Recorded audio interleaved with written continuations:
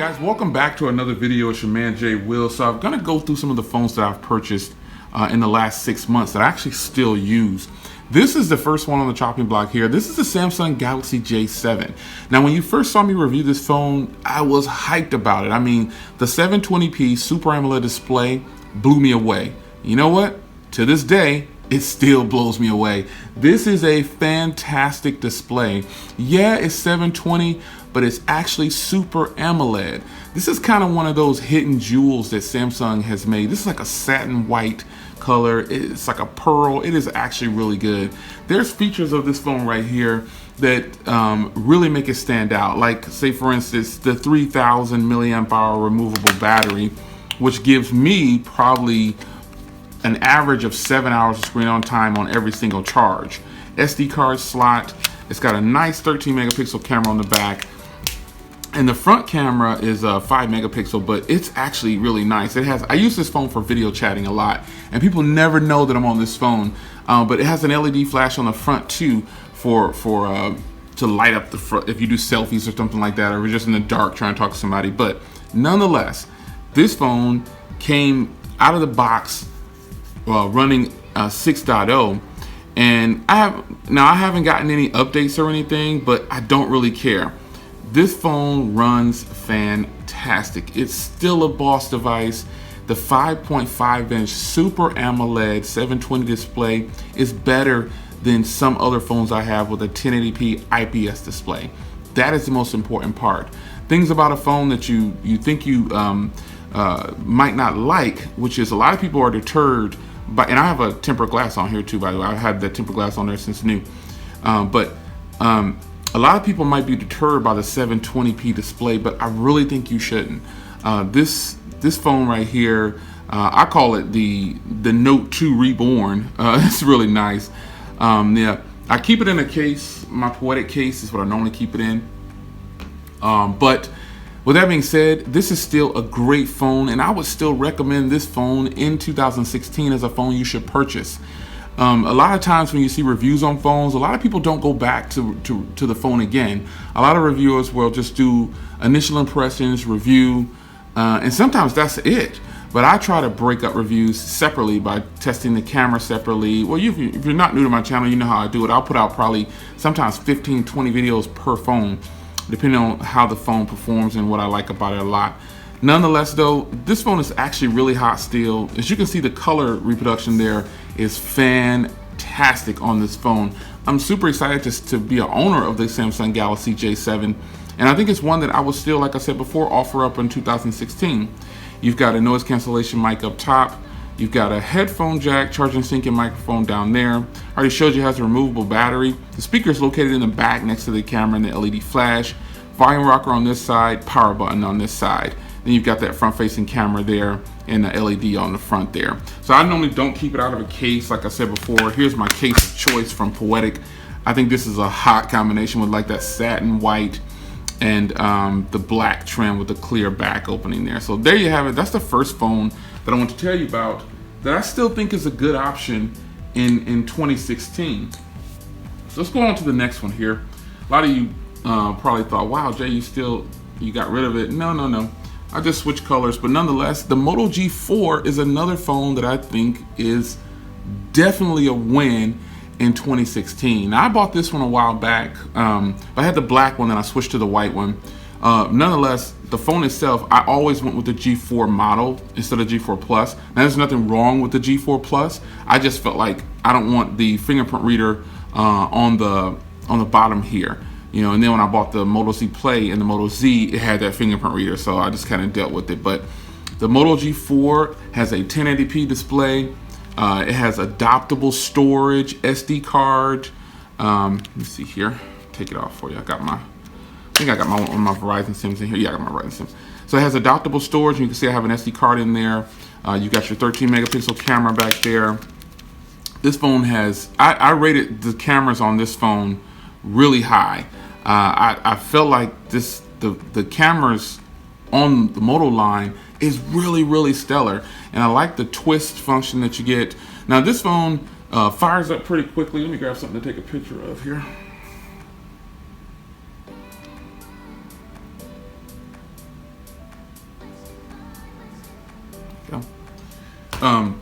This phone takes really decent photos. I mean, really, really, really nice photos. For the price point, I mean, look at the quality there in the zoom. For the price point, I don't think you'll be upset with purchasing this phone for 200 bucks or less. You can get it. There's always some kind of special with this phone too.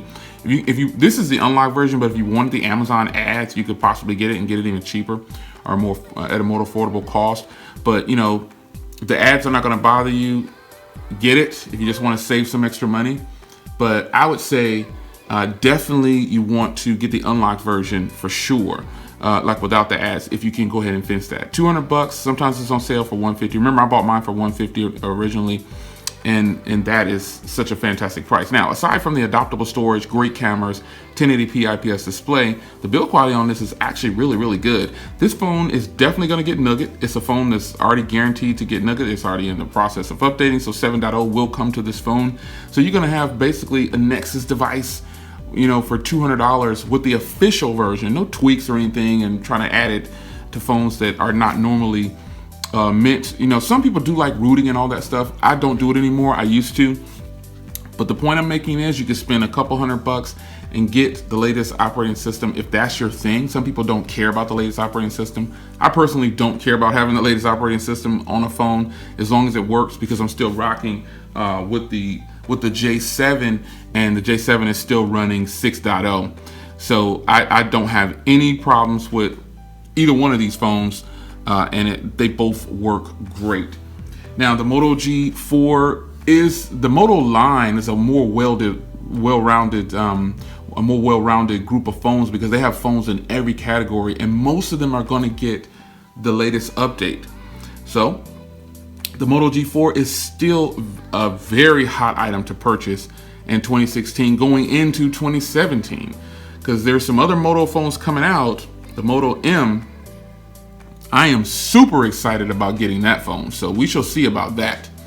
Next on the chopping block, man, is one of my favorite phones. I'm telling you, I think this is, you know, some people said, oh, Jay, it's not possible. You can't say that it's the phone of the year. Sure, I can. I definitely can say that this is a phone of the year, because that's how I feel about it. Now, come the end of the year, I have a full list of phones, like I'll do every year, on which phones I think are the hottest purchases and best buys, or, you know, it's my top picks. But this year I'll probably do it a little different, and you'll see once that video comes out. I haven't done the video yet, but I'm kind of getting some ideas together. Let's talk about the ZMax Pro. The ZTE ZMax Pro hit the ground running. Reason being is because it blew away a lot of high-end phones by having the features of those devices packed into a phone that you could get as low as 39 bucks. I'm talking about 3 gigs of RAM, 32 gigs on storage, onboard storage, fingerprint reader, nice cameras, 6-inch 1080p display, adaptable storage, SD card slot. I mean, full real estate here, man. You're getting the full 6 inches.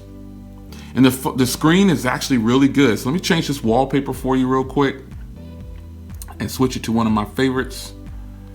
You already know what it is. It was on the Moto. It was on the Moto phone too. Right there. This is one of my favorite wallpapers because it shows off the quality of the screen, I think. So you look at that, and I have it on the Moto as well. You look at that on the Moto G4, and you look at it on this screen, and look at the great quality you have there. You're just getting on a 6-inch display. This is nice. This phone right here is running a stock Android build, but you know, I don't know if it's going to get the update to 7.0, but I'm sure root will be along soon. You see, this is a stock build, it's 6.0.1, but I don't know if it's going to get us an update to 7.0, and personally, I don't care if it does or not.